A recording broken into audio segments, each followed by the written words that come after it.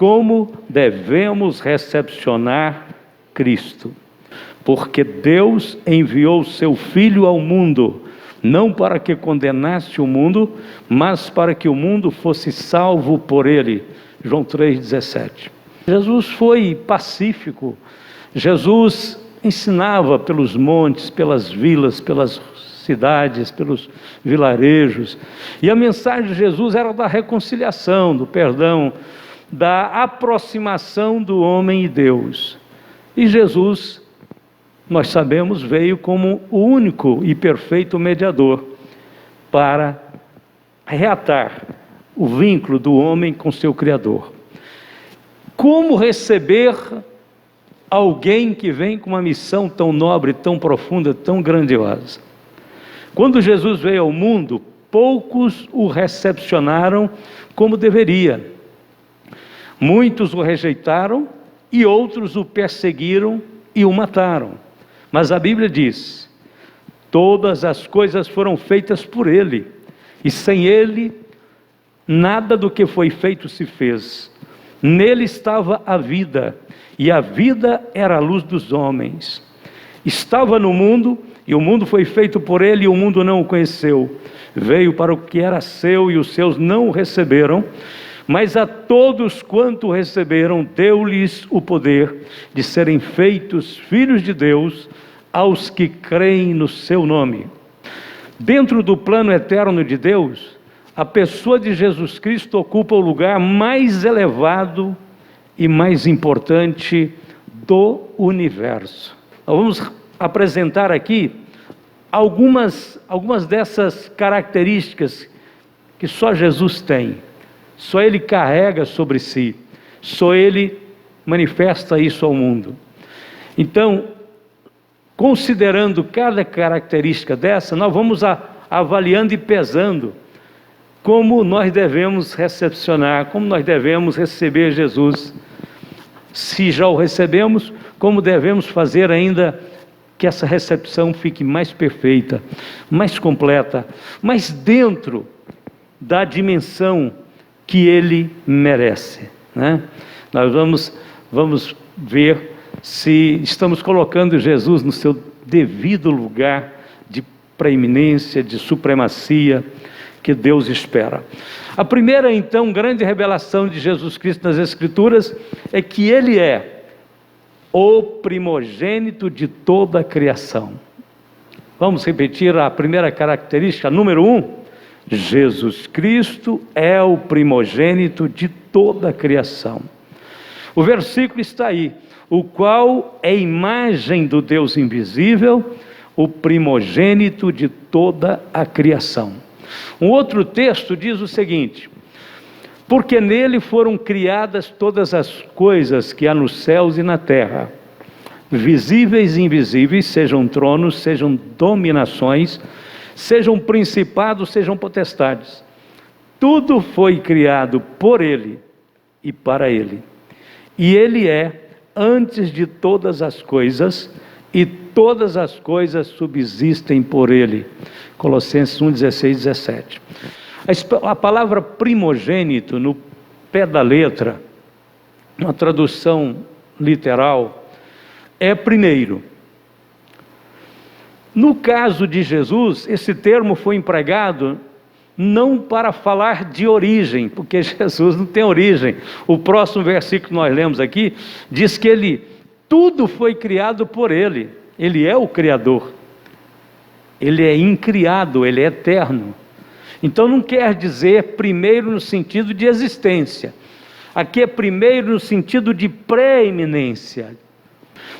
Então, quando fala que Jesus é o primogênito de toda a criação, está atribuindo a Cristo, então, o direito. Ele tem direito sobre a criação, porque ele, junto com o Pai, criou todas as coisas. Aqui diz que tudo foi criado por ele e para ele. Paulo disse assim: porque dele e por ele e para ele são todas as coisas.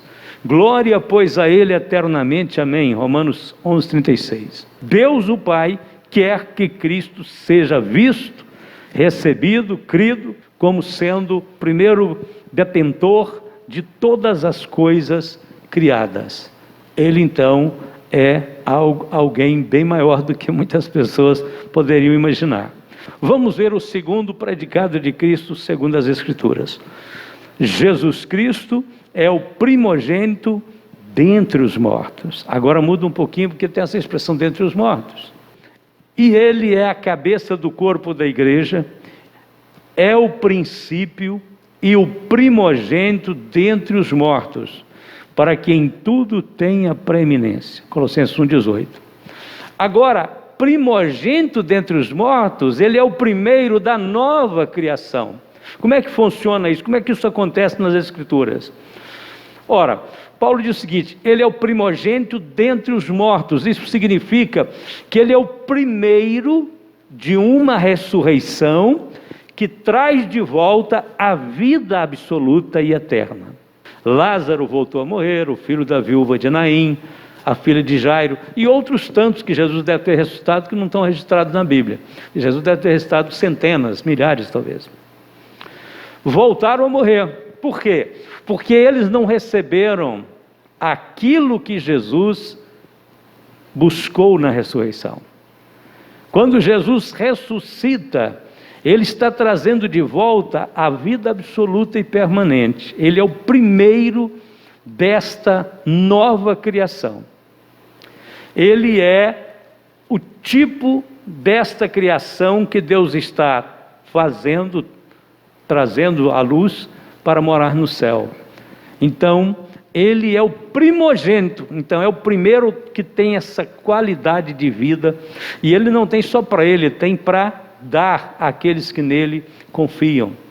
O apóstolo Paulo explica isso numa outra analogia. Ele diz assim: mas agora Cristo ressuscitou dos mortos e foi feito as primícias dos que dormem. Ou seja, ele é o primeiro de uma ressurreição completamente absoluta e permanente. Primícias é primeiro, é os primeiros frutos de uma colheita. Jesus então aparece aqui, permite-se, ser comparado aos primeiros frutos de uma colheita, em que milhares de pessoas vão fazer parte dela, vão participar dela, cada um dentro do seu tempo. Ele começou ela na sua ressurreição, quando ele sai do sepulcro. A Bíblia diz que quando ele sai do sepulcro, muitos santos saíram com ele. Então começou, a primeira ressurreição já começou.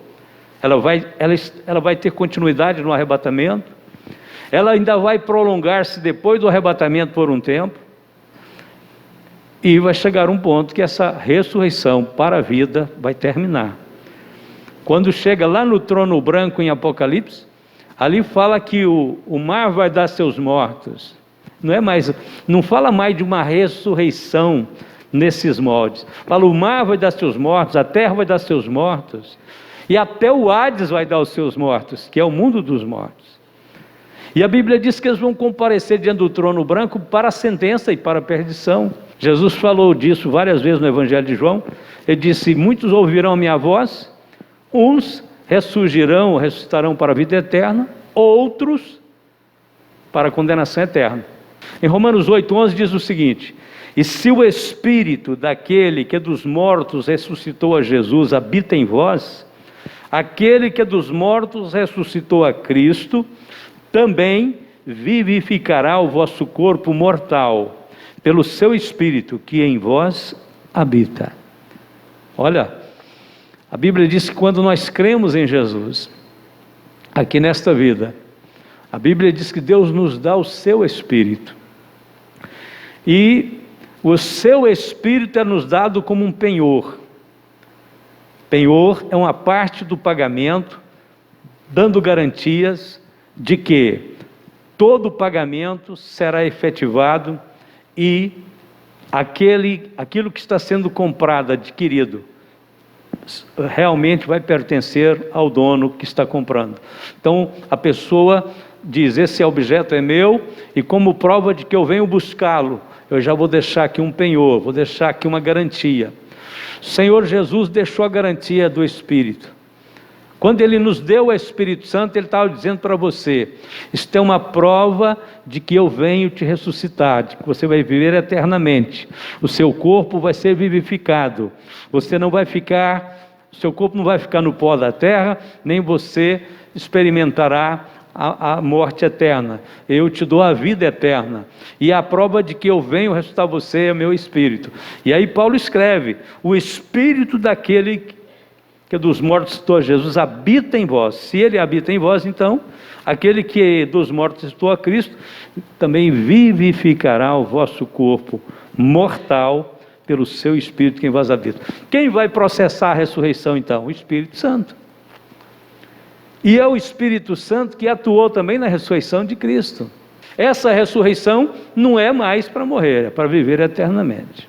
É a ressurreição absoluta. Jesus é quem traz essa nova modalidade de vida absoluta, plena, permanente. Ele é o primeiro, por isso é chamado primogênito dentre os mortos. Terceiro, vamos ler juntos? Em sua ascensão, Jesus Cristo foi exaltado sobre o mundo espiritual.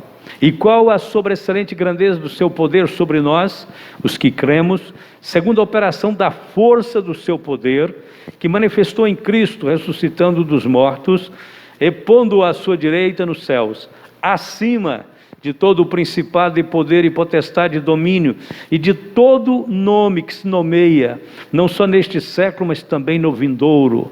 Aos Efésios 1, 19 a 21. A ascensão de Jesus não foi uma coisa simples.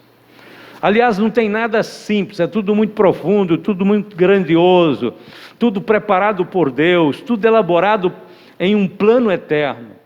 Então, tudo que acontece, morte de Cristo na cruz, seu sepultamento, seus 3 dias no sepulcro, e a sua ressurreição no terceiro dia, na manhã do domingo, depois as aparições dele ali por 40 dias, e então chega o momento da ascensão. Jesus podia simplesmente desaparecer, né? Não, o Senhor cumpre um cronograma, um programa de Deus. Ele leva todo mundo para o Monte das Oliveiras, reúne um grupo de pessoas, o máximo que pôde ser reunido. Ali Jesus dá as últimas instruções, ou seja, tudo muito à luz, tudo transparente, para que todos participassem, ouvissem, entendessem. E Jesus explica para eles que eles vão receber o Espírito Santo, que deveriam ficar em Jerusalém, e dá as últimas instruções, explica para eles que o Evangelho deveria ser pregado no mundo inteiro. Eles estão preocupados, eles querem saber se Jesus vai restaurar o reino de Israel naqueles dias e tal. Jesus disse: não se preocupem com isso, são coisas que o Pai determinou pelo seu próprio poder. Por enquanto vocês vão ficar em Jerusalém, até que sejam revestidos do poder do alto, e então vocês vão pregar meu Evangelho. Continue pregando, que vai chegar o dia em que vocês vão assentar sobre tronos, vocês vão julgar as tribos de Israel, vocês vão reinar comigo. Mas por enquanto, siga as ordens que estou dando, vão para a cidade, esperem por lá. E aí o Senhor termina de falar com eles e despede deles. A Bíblia diz que os abençoa, levanta as mãos, os abençoa, e de repente o Senhor começa a subir lentamente.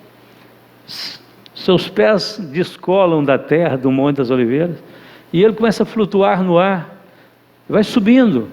E a Bíblia diz que uma nuvem o recebeu.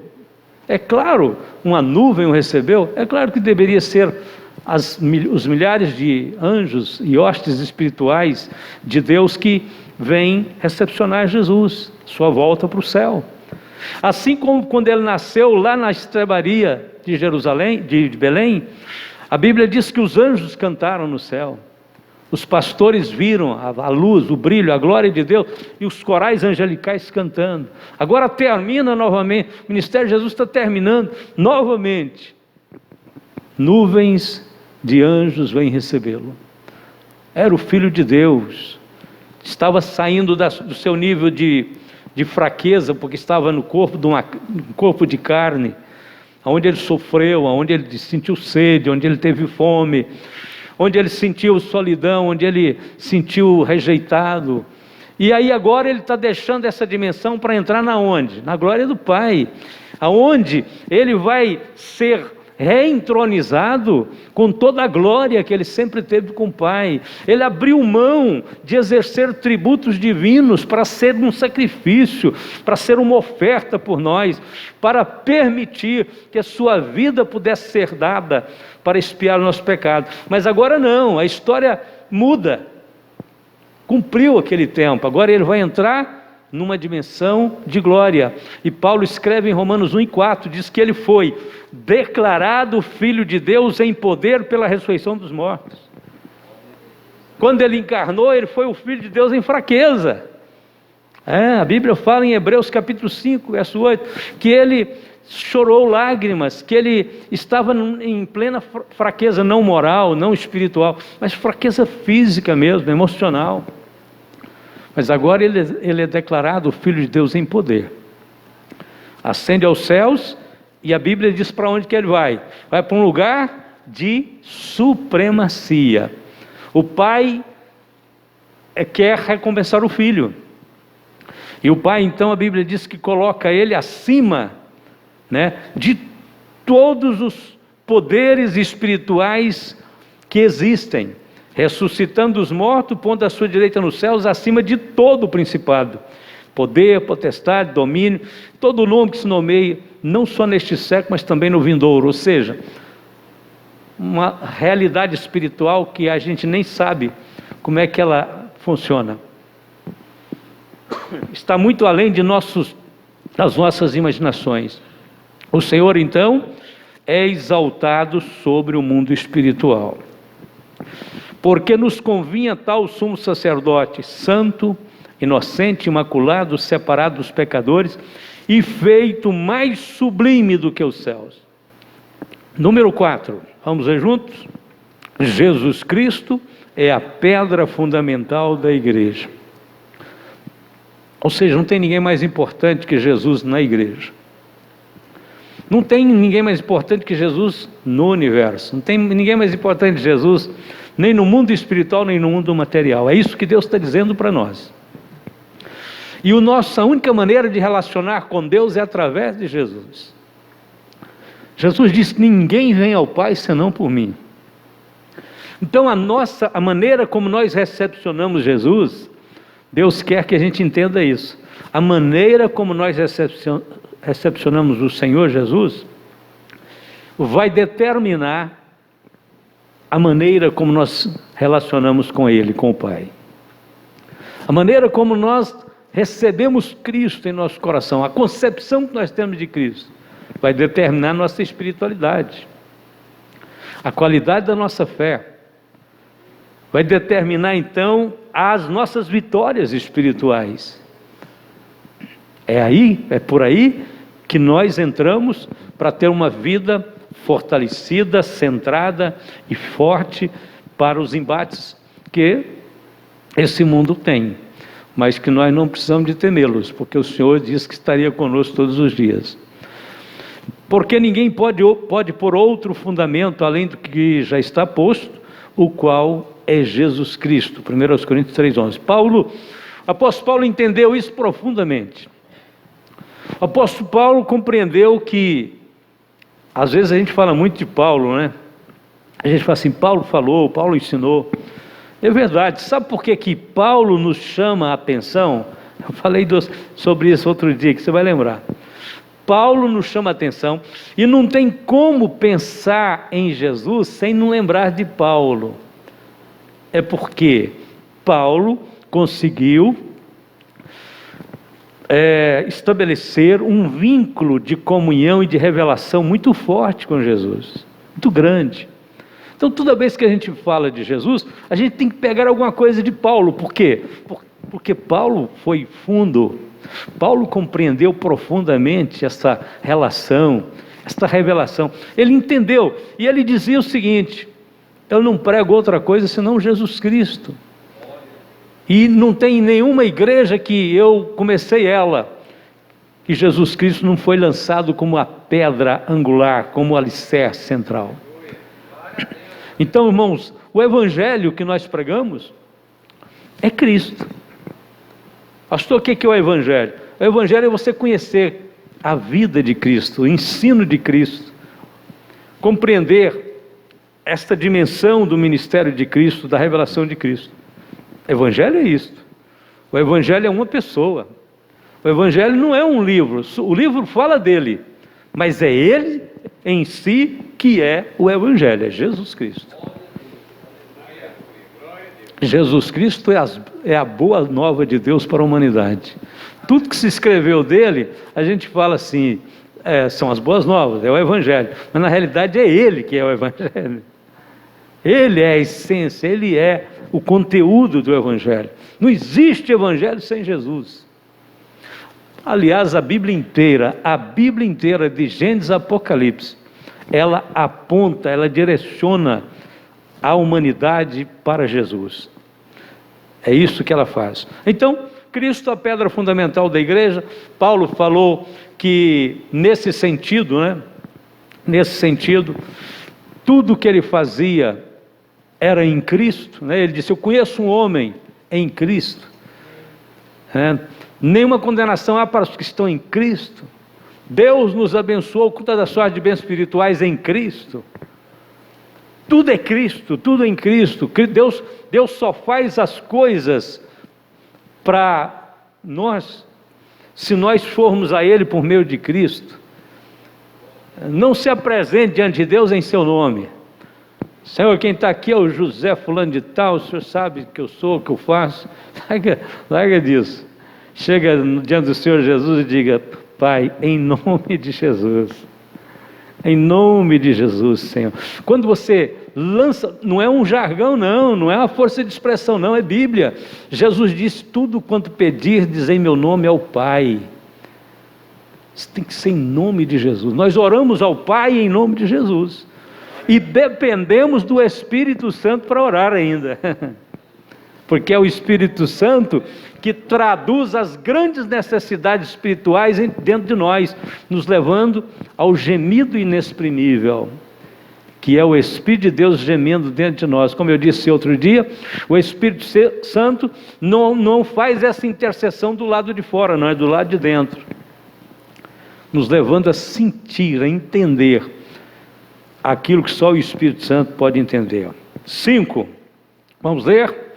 No futuro, Jesus Cristo será o centro agregador de toda a criação, descobrindo-nos o mistério de sua vontade, segundo o seu beneplácito, que propusera em si mesmo de tornar a congregar em Cristo todas as coisas, na dispensação da plenitude dos tempos, tanto as que estão nos céus, como as que estão na terra, aos Efésios 1, 9 e 10. Interessante que fala assim: Deus vai tornar a congregar em Jesus Cristo. A partir daquele momento que o pecado entra, há uma desagregação na criação de Deus. Antes, tudo girava em torno da vontade perfeita de Deus, então tudo era perfeito. O homem não precisava de se cansar, de suar, de calejar a mão. As árvores produziam. O homem trabalhava mais pelo prazer, pelo hobby, pela ocupação, Porque Deus criou o ser humano com essa vontade de estar sempre fazendo alguma coisa. Depois do pecado, o Senhor disse: do suor do teu rosto obterás o teu pão. Aí não. Aí o pecado começa a desagregar a criação. A criação perde a sua beleza, a sua fecundidade, e tudo começa a ficar difícil. E a criação, depois disso, começa a envelhecer também. Então, por isso que fala velha criação. Nós estamos dentro desta velha criação, já fazendo parte da nova criação. Nós vivemos a realidade da velha criação e a realidade da nova. Por quê? Porque nós estamos em Cristo ainda no mundo velho, mas nós somos novas criaturas. Agora, você é uma nova criatura que está sendo preparada para um novo céu e uma nova terra. Aí sim, aí é completo. Por enquanto, nós estamos num estado ainda incompleto, A Bíblia diz que vai chegar o tempo da restauração de todas as coisas. João viu um novo céu e uma nova terra. Pedro diz que o presente estado que o universo vive vai passar de forma estrondorosa. Vai passar, Pedro disse que será como se o céu se enrolasse e os elementos ardendo se fundirão. E Pedro disse assim: e nós que tememos o Senhor aguardamos novos céus e nova terra. Então Deus vai fazer essa presente ordem passar. E nós gememos em nós mesmos aguardando a redenção do nosso corpo, né? Essa é a verdade. Então vamos aqui. Sexto, acho que o último ponto. Sexto, vamos lá? Jesus Cristo é único e suficiente na obra da redenção.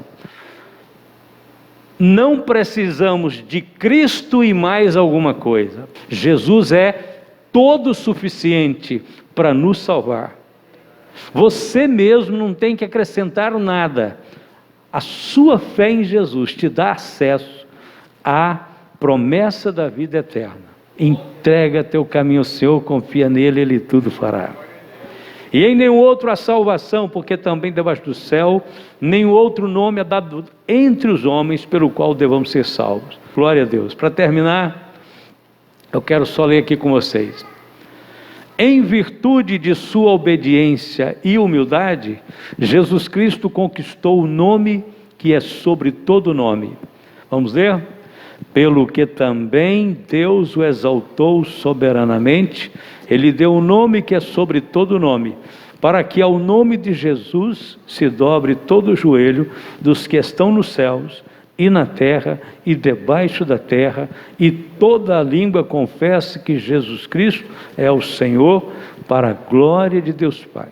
Filipenses 2, 9 a 11. Pertencemos a Ele, tudo é dele, nós somos dele, nossa casa é dele, nossos filhos é dele, nosso presente, nosso passado, nosso futuro, tudo entregamos a Ele.